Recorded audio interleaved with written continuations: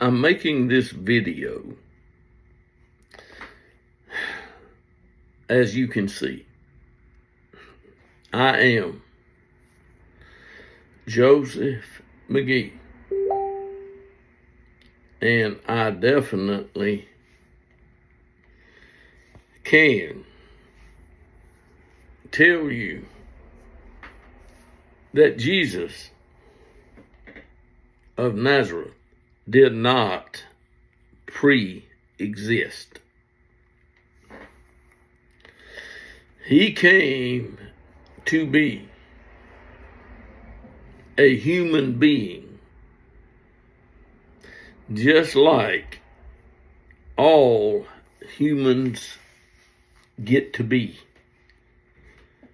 since Adam was put to sleep by God, and God took a portion of Adam's body and made the woman. Since then, the earth and its whole population has had human beings on it. There was a time that there were no humans, and there was a time when the earth was flooded, and while the water was on the earth, there was no humans on the earth. God dried up the waters. Noah and his family came out of the ark. That is what it's called in most books that I have seen. And God blessed Noah. The words that God said is God blessing Noah and his family. And God, some years later, I don't know how many years later,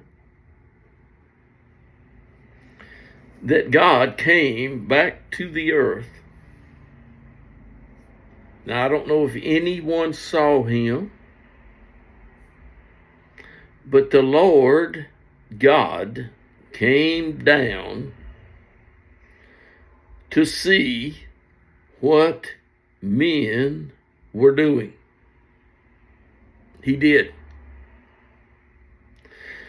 And Nimrod's idea was being carried out. Nimrod was a mighty man.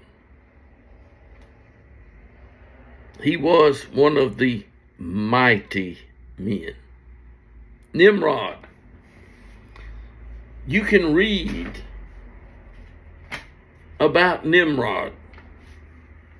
You can't read a whole lot about Nimrod, but you can read about Nimrod and his kingdom. His kingdom. And people today don't know much about a kingdom. Not in 2022. They don't.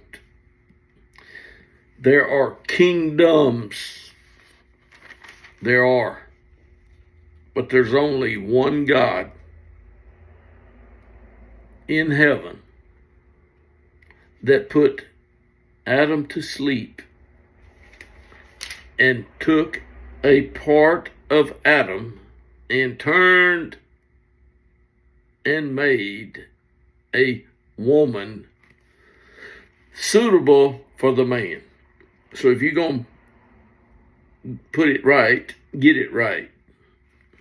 God made the woman, presented him, the woman, Adam, and Adam called her Eve.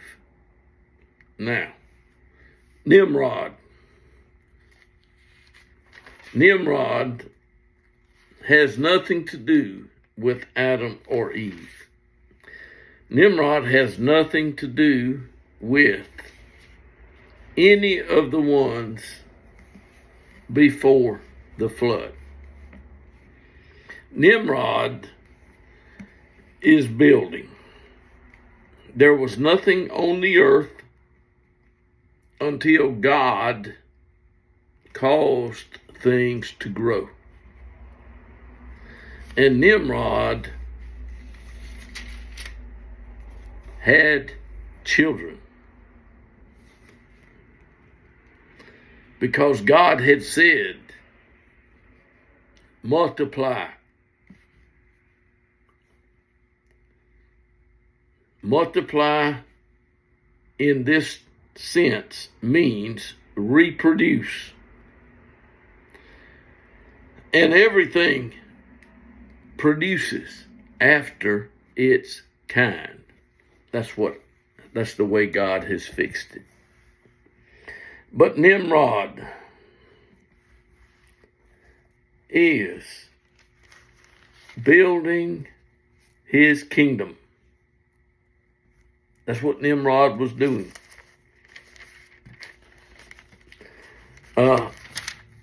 He didn't have a lot of competition, but he did have some competition. But he was building. And it says that God came down to see what men were doing. The earth used the same language and the same words. And it came about as they journeyed east that they found a plain in the land of Shinar and settled there. Then they said to one another, come, let's make bricks and fire them thoroughly. And they used brick for stone, and they used tar for mortar. And they said, come, let's build ourselves a city and a tower whose top will reach. Whose top? Top verifies something. Up. You don't go down the mountain unless you have been up the mountain. That's not how things work. But the people, one language, they set out to do something and they were working on it. The Lord came down to see the city and the tower which the men had built. He didn't send anyone down.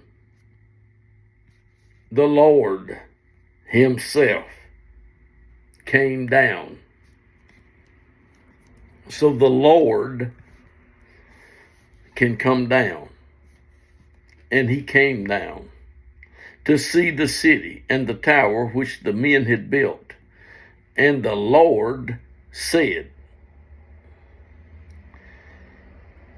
the Lord said. That means the Lord can speak because the Lord said. He came down to see the city and the tower which the men had built. And the Lord said, behold, they are one people. And they were one people until God changed things. How did God change things?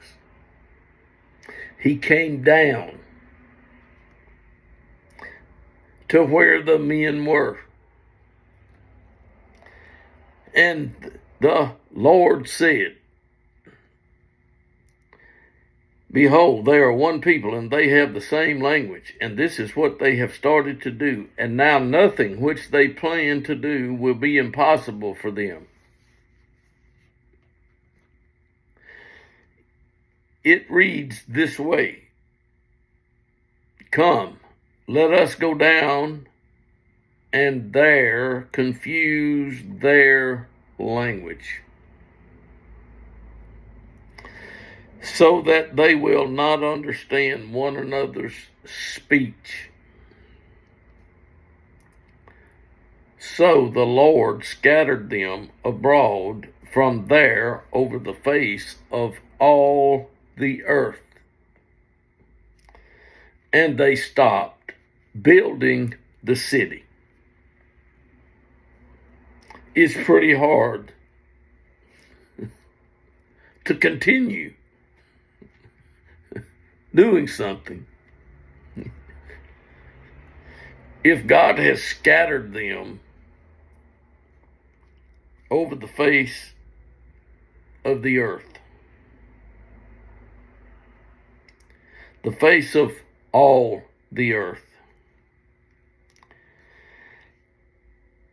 Therefore it was called Babel, because there the Lord confused the language of all the earth. Right there.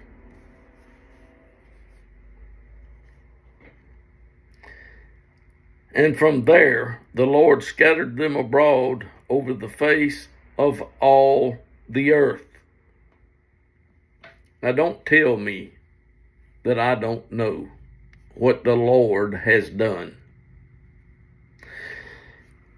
I can read it.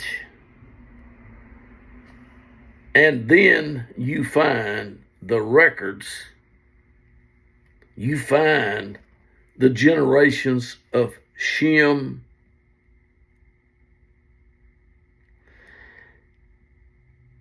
and then in the next chapter,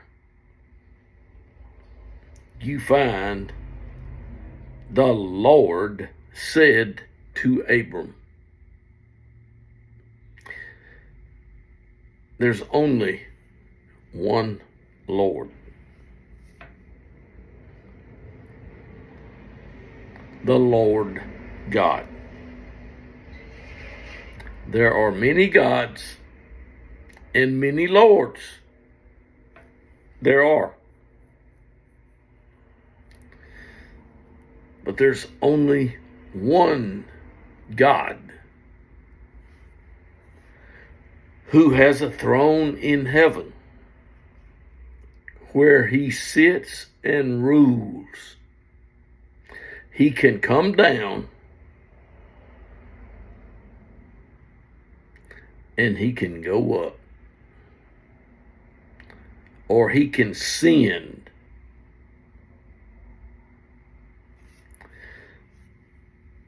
But the Lord said to Abram, this is the Lord. This is the one that came down and scattered human beings, people, those who had been born. The Lord God scattered them abroad over the face of all the land, or the earth.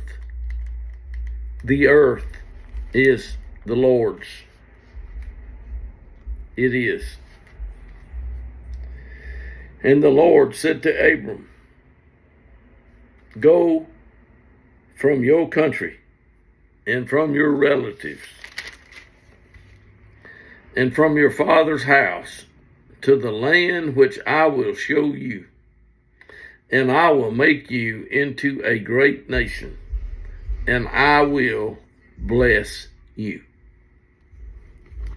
This is no angel. Angels do not have this ability. Angels have abilities, but they don't have this one. Because this one is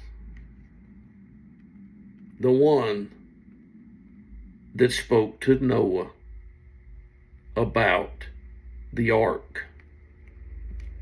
This is the one who opened the floodgates. The same one. The only one. And the Lord said to Abram,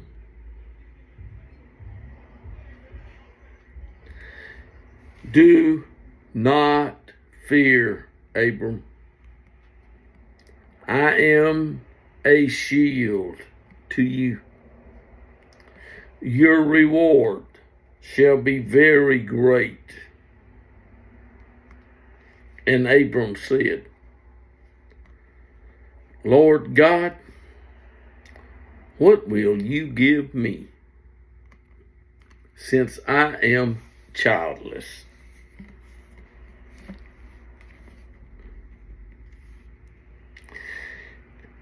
And the Lord God responded,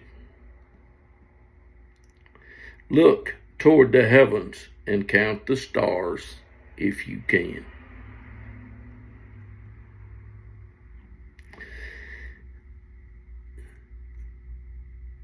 Because I am going to bless you. Your descendants shall be. Then he believed what God said.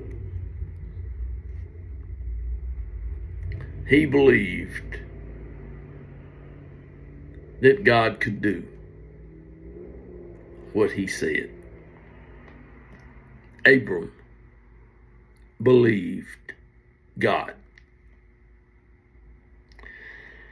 And the Lord said to him, I am the Lord who brought you out of Ur of the Chaldeans, or the Chaldeans, to give you this land to possess it. And he said, Lord God, how may I know that I will possess it? And he said to him, bring me a 3-year-old heifer, a 3-year-old female goat, a 3-year-old ram, a turtle dove, and a young pigeon. Then he brought all these to him and cut them in two, and he laid each half opposite the other. He did not cut the birds. And the birds of prey came down upon the carcasses, and Abram drove them away. Now when the sun was going down, a deep sleep fell upon Abram.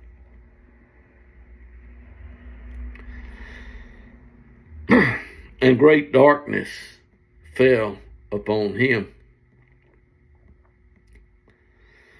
And then God said to Abram, know for certain that your descendants will be strangers in a land that is not theirs, where they will be enslaved and oppressed for 400 years. But I will also judge the nation whom they will serve, and afterward they will come out with many possessions. As for you, you shall go to your fathers in peace. You will be buried at a good old age. Get it?